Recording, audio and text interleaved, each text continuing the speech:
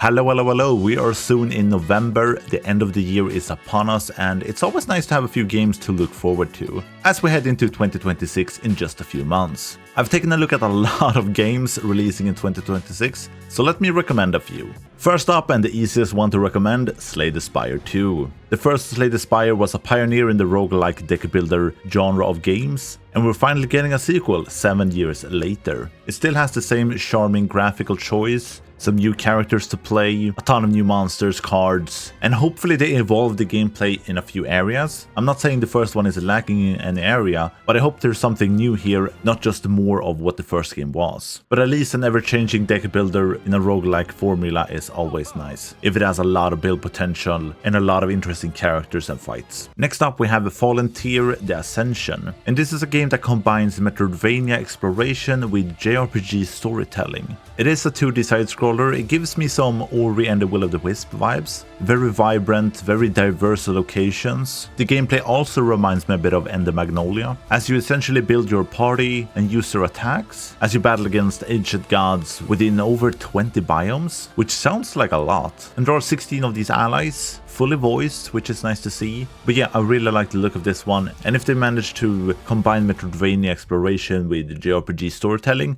I think this could be a really cool game. Next year we also get a follow-up to Super Meat Boy. It's called Super Meat Boy 3D, and as advertised, it's in 3D. The first one is super charming with its pixelated 2D graphics and insanely hard levels. So my biggest concern with this one is how will that translate into 3D? We have obviously had 3D platforming games forever, but Super Meat Boy has such an emphasis on precision, speed, and difficulty that I hope the 3D doesn't fuck it up. But I think they managed to translate the style of the first game into 3D in a good way, and as you will die a lot in this game, you also have the versions of yourself failing as you run your next attempt and next attempt and next attempt, and that looks good as well. But nonetheless, I'm very interested to see how this one turns out and play it sometime next year. Next up is At Fate's End, and this game is from the same studio that did Spiritfarer, and you can kind of see it in the art direction of this game. This one is more of an action-adventure type game, and it has kind of an interesting plot. You're fighting your family, or the people you love, and with each sibling you defeat or reconcile with, you shape your destiny, expand your arsenal with abilities, and it seems to have some interesting action pieces. There are some puzzle solving as well, some narrative choices you'll have to make. There are several concepts here that looks very interesting to see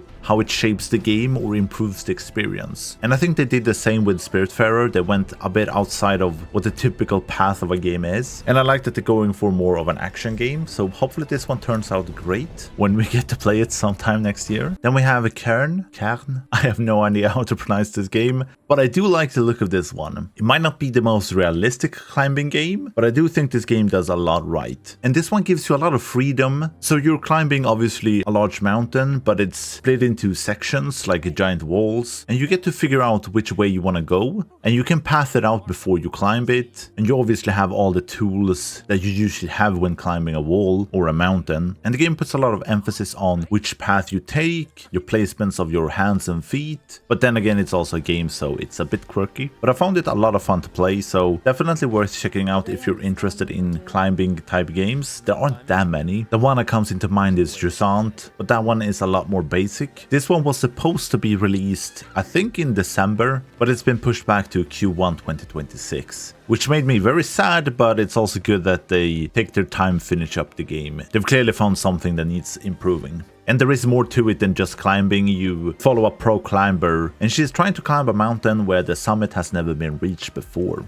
Next up we have Blighted, an action RPG from the studio Drinkbox Studios. And I fucking love the game they released before this one, Nobody Saves the World. That one was a really fun and interesting RPG, where you get access to a ton of different characters with different abilities. There was a lot of humor to that game, and it also supported co-op. Well worth checking out this game if you haven't heard of it. And this studio has also made Guacamelee, which is a very beloved 2D action-adventure game. So this is a studio with bangers underneath its belt, and hopefully they can struck gold again in this reality-altered world full of mysteries and fucked up horrible things. Blighted also supports split screen or shared screen co-op, even remote play together, which is nice to see. And I think the isometric combat in the game looks good. It looks at least fluid, with some interesting boss battles and abilities. I'm not the biggest fan of the graphical choice, but I don't think there's anything blatantly wrong with it. It's just not my go-to favorite. Maybe it's the dark vibe that does it as well. I don't know. The game has an interesting view on difficulty, as it will change this dynamically, constantly changing the enemies you play and the world around you, which sounds very interesting. I kind of like when games play with dynamic systems. I just hope it's not too tame, like it actually changes things on a bigger scale than just the enemy encounter in front of you. But the game definitely looks interesting and hopefully has some interesting boss battles and abilities to gain throughout your adventure. Let's move on to Subnautica 2. Also probably one of the biggest games releasing next year. Subnautica 1 is a massively popular game, and that one released back in 2018, so it's well overdue for a sequel. I'm personally not the biggest survival crafting fan, but the game has online co-op, so I will probably play it with a few friends to at least test it out. It is dropping into early access and will stay in early access for 2 to 3 years probably. And yeah, it looks amazing. It looks as terrifying as the first one. There's something about being under the water in the depths where there always are terrifying creatures in games. Even though we don't have that much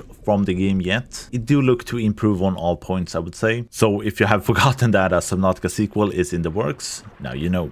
Then we have MENACE, a new single-player turn-based tactical RPG where you get to command a strike force that is cut off from their core worlds and has to fight for survival. Because this is a lawless frontier run by pirates, warlords, corporations, and governments that don't give a shit about you. And there seems to be a lot of choices you get to make in the game, where to go, what units and equipment you want to bring on missions. The turn-to-turn combat looks good as well. There is obviously a lot of equipment, a lot of vehicle, different types of guns and ammunitions to use. I hope there is tactical depth here with how you approach the fights when it comes to terrain, options on how you want to fight, and so on. I think the overall aesthetics of the game is good, nothing too crazy on this front, but looks to be a competent tactical RPG. It's been a while since I played one, so I'm kind of craving one, so hopefully this one turns out great. Then we have PVKK, and that's a short for the longest gaming name I've ever seen, and I'm not even gonna try to say the name of this game. So PVKK for short. And in this game, you're in charge of a planetary defense cannon. And you're just a soldier taking care of this cannon, following orders. When you're not pressing the buttons, firing the cannon, you have your bunker that keeps you safe. And you basically go about your day following orders. But then things starts to happen and you start to challenge your ethics and morals and loyalty and what you're kind of doing in that bunker. And there seems to be some secrets hiding in the bunker you're in.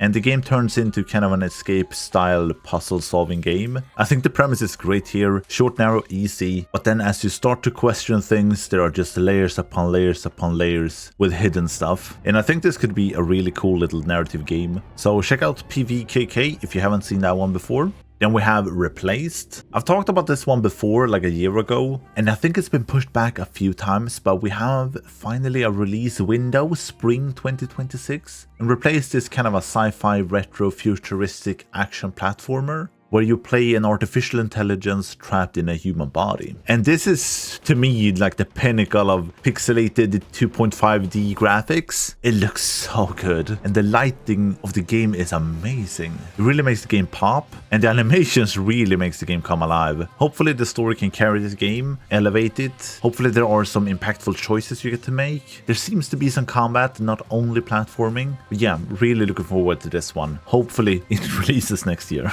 Then we have Garden of Aiden, a 2D Metroidvania with some very cute pixelated graphics. The game takes place in some sort of future alternate world where you uncover a dormant algorithm that awakens ancient memories, lost abilities, and the collective, I don't know who that is, but they urge you onward to gather the algorithm that was shattered in the data wars. The gameplay is mostly revolving around precision platforming. You can jump, air dash, wall jump, you have a bit of combat, and obviously with a Metroidvania you will gain new abilities, granting you access to new areas. But I definitely think this one stands out with its art style and hopefully with its gameplay with precise jumping and platforming. Next up we have SacriFire. I've talked about this one before and I hoped it would be released this year, but it's been delayed to Q1 next year. And it seems like a fairly standard JRPG with some beautiful pixelated graphics. And this one you travel between two worlds. I don't really know the story here, they don't really have it described, but it features some beautiful 2D battles. As the game is both real-time and turn-based, it is real-time in the sense that you can move around in the arena and then attack the enemies in it. And I would guess turn-based between you and the enemy faction or you and your allies in the combat. But we'll see. The combat looks solid enough. I hope there is progression throughout the entire game within the combat structure, whether it is weapons, levels, classes, you name it. The other big part here is the story, and I hope it is good and interesting. It seems to be voice acted throughout as well, which is kind of cool to see. But these games often live or die on the type of story they tell.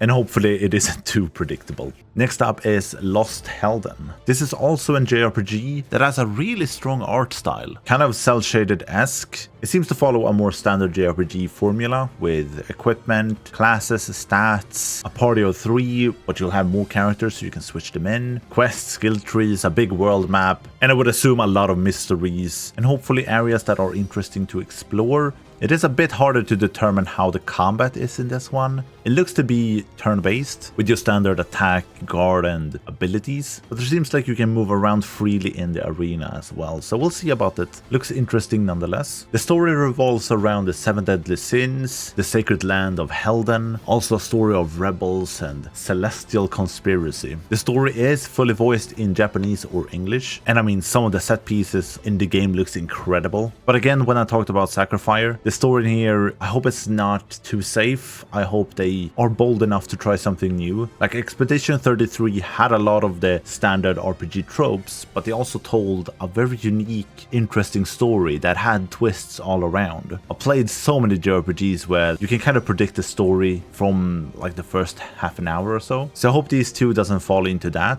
But of course, tropes are tropes for a reason. But you at least need to make your game interesting. These are the games I've found so far that I think look good enough to keep an eye on. There are probably going to be a lot of delays and announcements before we get into 2026, so we'll probably have to do a follow-up on this one before the end of the year. But for now, thank you so much for watching, have a great day, and I'll see you in the next one.